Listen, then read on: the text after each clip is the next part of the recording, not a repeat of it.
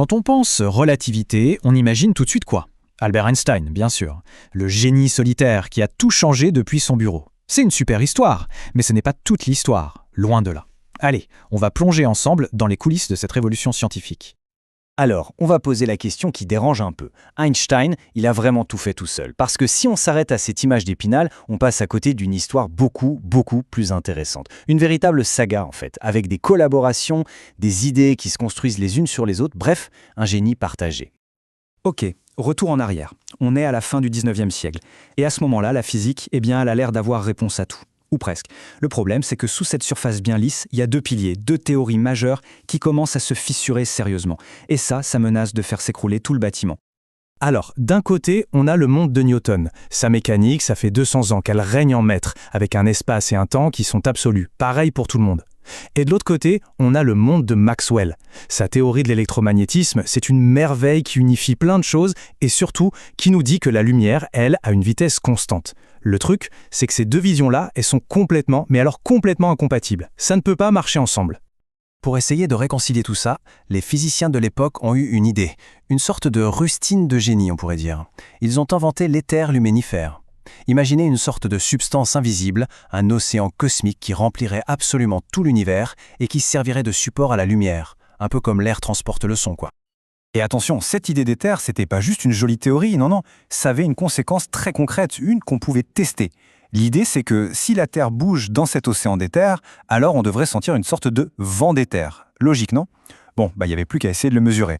C'est exactement ce qu'a tenté de faire la fameuse expérience de Michelson et Morley en 1887. Le but était simple, détecter ce fameux vent. Le montage était super ingénieux, mais le résultat, c'est un échec total absolu. 0 vent d'éther détecté. Et là, au lieu de résoudre le problème, l'expérience n'a fait qu'enfoncer le clou.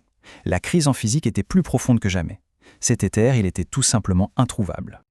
Et c'est là qu'entre en scène notre premier personnage clé, le physicien néerlandais Hendrik Lorentz. C'est lui qui va vraiment faire la première percée dans ce casse-tête. Attention, il ne jette pas l'éther à la poubelle, pas encore. Mais il va commencer à fabriquer les outils mathématiques pour, disons, faire avec. Alors sur une dizaine d'années, entre 1892 et 1904, Lorentz va sortir de son chapeau 2 idées complètement folles pour l'époque. La première, c'est la contraction des longueurs. En gros, les objets se tasseraient un peu dans la direction de leur mouvement. La deuxième, c'est le temps local, une sorte d'ajustement du temps pour ceux qui sont en mouvement. Et avec ces deux concepts, miracle, les maths collaient enfin parfaitement avec les résultats de l'expérience. Mais ce qui est vraiment fascinant, c'est ce que Lorentz pensait lui-même de ses propres découvertes. Pour lui, c'était juste des bidouilles mathématiques, des astuces de calcul pour que ça marche. Son temps local, il n'y croyait pas vraiment comme étant le temps réel. Dans sa tête, il y avait toujours un vrai temps, un temps absolu, même si on était incapable de le mesurer. Et maintenant, place au deuxième géant de notre histoire, le français Henri Poincaré. Lui, c'est un touche-à-tout de génie, un philosophe scientifique. Et il va tout de suite comprendre que le travail de Lorentz, c'est bien plus que des astuces de calcul. Là où Lorentz ne voyait que des échafaudages pour soulever une théorie, Poincaré, lui, il voyait déjà les plans du nouveau bâtiment. Et pendant 10 ans, Poincaré va prendre les idées de Lorentz et les polir, les affiner, les transformer. Il va prendre ce qui était une solution technique à un problème précis et en faire un principe universel.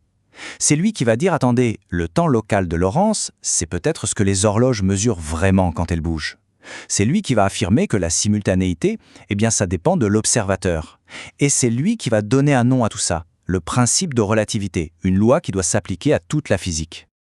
Il y a cette citation incroyable de lui datant de 1900, où il dit à propos de la théorie de Lorentz, on devra probablement la modifier, mais non la détruire. C'est fou, non? Ça montre à quel point il était visionnaire. Il avait compris que les idées de Lorentz, c'était pas juste un pansement, c'était les fondations d'une toute nouvelle physique. Une physique qu'il fallait améliorer, bien sûr, mais surtout pas jeter.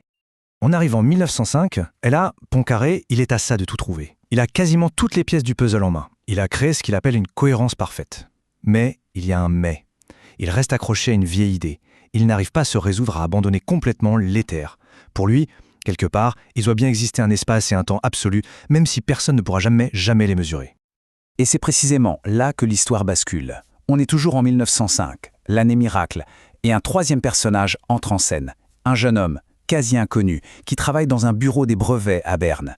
Son nom, Albert Einstein. Si on met leurs articles de 1905 côte à côte, la différence est saisissante. Poincaré, il part des équations de Lorentz et des expériences. Einstein, lui, part de 2 idées de base, 2 principes. L'éther, Poincaré le garde sous le coude, au cas où. Einstein, hop, à la poubelle.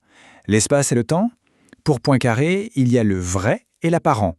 Pour Einstein, tout est relatif, point final.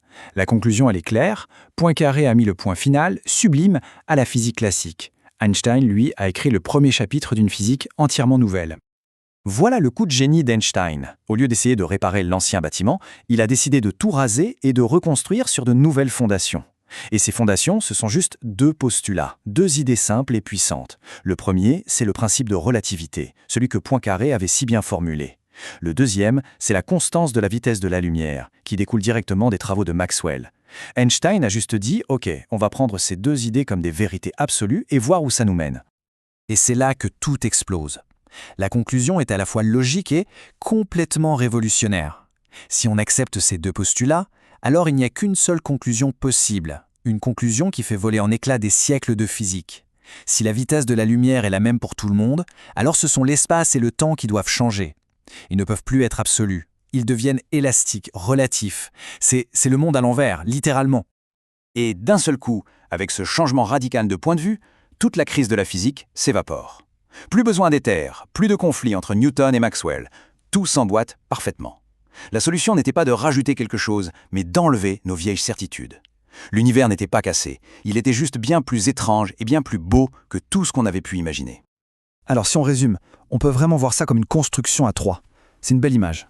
Lorentz est le maître d'œuvre. Il a fabriqué les outils mathématiques, les transformations. Poincaré, c'est l'architecte. Il a vu le plan d'ensemble. Il a formulé le grand principe de relativité. Et Einstein, eh bien Einstein, c'est celui qui a osé tourner la clé dans le contact. C'est lui qui a compris ce que la machine pouvait vraiment faire et qui a révélé cette nouvelle réalité de l'espace-temps.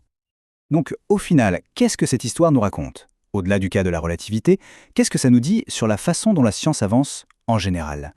Eh bien, le premier enseignement, c'est que les grandes découvertes, c'est rarement l'œuvre d'un génie isolé dans sa tour d'ivoire. Non, la science, c'est une construction collective. C'est une course de relais, pas un sprint en solo.